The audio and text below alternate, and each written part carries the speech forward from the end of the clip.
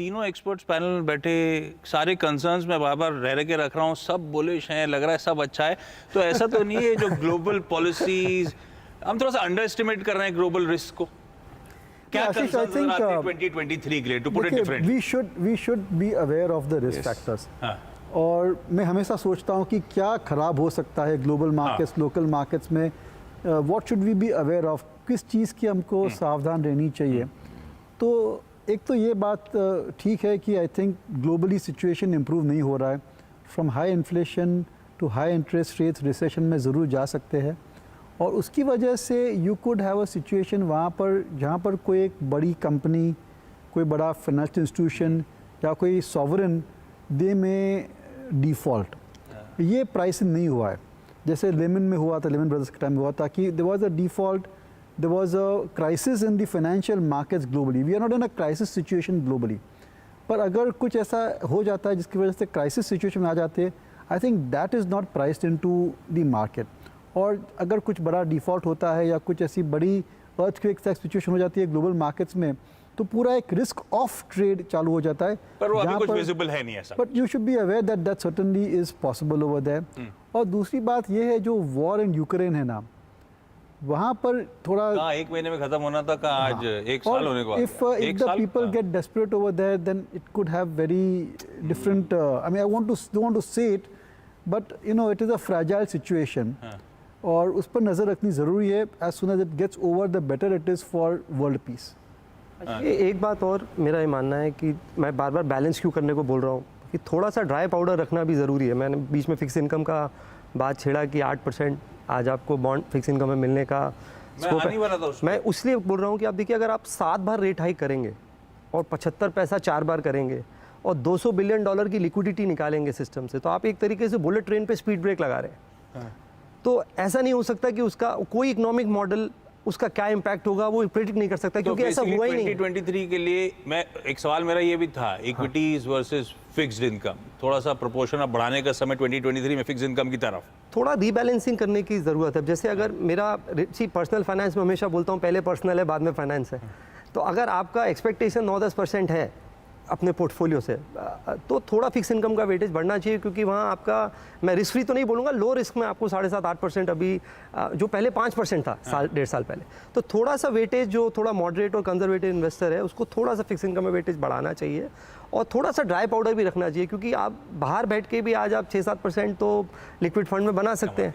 तो थोड़ा सा आप इसको, जिसे मैं बोलूँगा ना, स्टैगर्ड एलोकेशन करेंगे तो मेरे हिसाब से थोड़ा सा बेटर होगा, ये मेरा मानना है। तो फिक्स इनकम की तरफ 2023 में थोड़ा एलोकेशंस बढ़ाने की जरूरत है। और प्रकाश सर, 2023 में बैंक्स की आईटी आई थिंक सी 2023 में आईटी पे जो मार पड़ रहा है, और हमारे यहाँ आईटी कंपनीज ग्लोबल हैं, बैंक्स डोमेस्टिक हैं। कोई भी बैंक हमारी ऐसी नहीं है जो ग्लोबल बिजनेस पे डिपेंडेंट है, वो तो सारी घरेलू बाज़ारों में ही काम कर रही हैं, और वो बहुत सही ग्रोथ फेज़ में आए। जैसे दीपक ने कहा, बैंक्स में जो फेज़ होते हैं, जो साइकिल होता है, वो एक होता है क्लीन अप होता है, फिर आप ग्रोथ करते हैं, फिर हाइपर ग्रोथ करते हैं, फिर नए एनपीएस भी करते हैं, और फिर वो शुरुआत उसकी नए तौर से होती है। हम जिस स्टेज पे हैं वो ग्रोथ स्टेज पे हैं। आप सबकी एक दो पैरामीटर्स देखिए बैंक्स की, और खासकर पीएसयू बैंक्स में भी, तो आरओए जो बढ़ रहा है, जो क्रेडिट ग्रोथ आ रही है, 15-16% क्रेडिट ग्रोथ मैंने तो 4 साल में नहीं देखी पिछले, और एक आध कोई प्राइवेट सेक्टर बैंक ने क्लॉक कर दिया तो ठीक है। जो तेजी आ चुकी है 2023 में, और अपटिक्स अप और अप मूव्स ज्यादा स्वीट स्पॉट में अभी भी बैंक्स नजर एब्सोल्युटली बैंक्स के परफॉर्मेंस में तो ऐसा है नहीं कि दिसंबर के बाद कोई हुलिया बदलना है, परफॉर्मेंस तो जारी रहेगी। जो प्रोविजनिंग की हुई है वो राइट बैक हो रहे हैं, रिकवरीज हो रही हैं, यहाँ तक कि एकदम मरे हुए बैंक्स जो थे जिनकी बैलेंस शीट फ्रैक्चर्ड थी, उसमें भी तेजी आनी शुरू हो गई या रंगत आनी शुरू हो गई। आईटी का जो आपका सवाल है वो बहुत इंपॉर्टेंट है, क्योंकि लोग थोड़े से वो वैल्यू ट्रैप में फंस जाते हैं कि अरे इन्फोसिस और टीसीएस इतने सस्ते मिल रहे हैं। अब उनको थोड़ा मार पड़ रहा है, अच्छी कंपनीज हैं नो डाउट, बट जो साइकिल उनका जो चल रहा है उसमें अपसाइड काफ़ी हद तक प्राइस इन हो चुकी है। अगर कॉन्ट्रैक्ट्स जनवरी में नए नहीं मिलते हैं तो फिर आपका साल जो है वो नरम जाने की पूरी गुंजाइश रहेगी। ये ध्यान रखिए, आईटी ऊपर से करेक्ट बहुत हो गए हैं, लेकिन प्री कोविड से अभी भी 35-40% ज़्यादातर स्टॉक्स ऊपर ही नजर आएंगे। तो ये करेक्शन के बावजूद जो कोविड के बाद की रैली थी वो अभी भी पूरी तरह से खत्म नहीं हुई, अभी भी अपटिक्स उस लेवल से नजर आएंगे। दीपन सर, बैंक्स और आईटी एक की डिबेट का पॉइंट था 2023 में कहां तवज्जो दिया जाए। ऐसे ही 2022 में लाइमलाइट हॉक करी थी वो अर्बन साइड कंजम्पशन, के शेप्ड रिकवरी की बात, और वो तूल पकड़ी थी। अब जब इन्फ्लेशन अगर टेम हो रहा है, अगले 2-3 महीने में काबू में आ जाएगा, तो 2023 का रूरल थीम अब फोकस बनेगी क्या? नहीं, बन सकती है आशीष, नो डाउट अबाउट इट, पर जो पूरा कंजम्पशन पैटर्न है वो भी चेंज हो रहा है रूरल में और अर्बन में भी। और अगर आप देखेंगे कि आज की जो कंज्यूमर ओरिएंटेड कंपनीज है, they are going deeper and deeper into tier 2, tier 3, और ज़्यादातर फोकस वहाँ पर रूरल में भी आ रही है। तो I would say that consumption is India में मल्टी ईयर इन्वेस्टमेंट थीम है, पर जो कंजम्पशन पैटर्न्स है, जो कंजम्पशन प्रोडक्ट्स है, those keep on changing as we go along.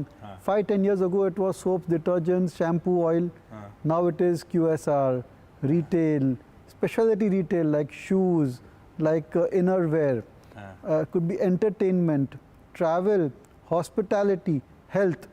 तो ये जो है, these are the new consumption engines, and that is where investors and should focus on, because those are the companies जहाँ पर you can expect double-digit volume growth rate.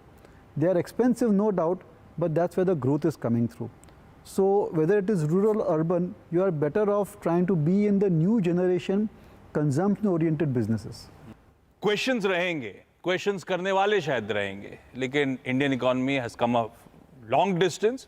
हमारे growth best in class है, हमारे inflation, हमारे fiscal deficit के numbers well under check हैं, और मेरे ख्याल से जिस तरह के टैक्स रिफॉर्म्स हमने करे हैं, वो टैक्स इनफ्लोज, पैसा हर साल, हर ईयर, हर मंथ हम आता हुआ देख रहे हैं, तो हम काफ़ी स्वीट स्पॉट में। और किसी ब्रोकरेज ने सही कहा है, आने वाले समय में ग्लोबल इकोनॉमी का ग्रोथ इंजन भारत होगा। तो निवेश करिए और निवेशित रहिए। नमस्कार।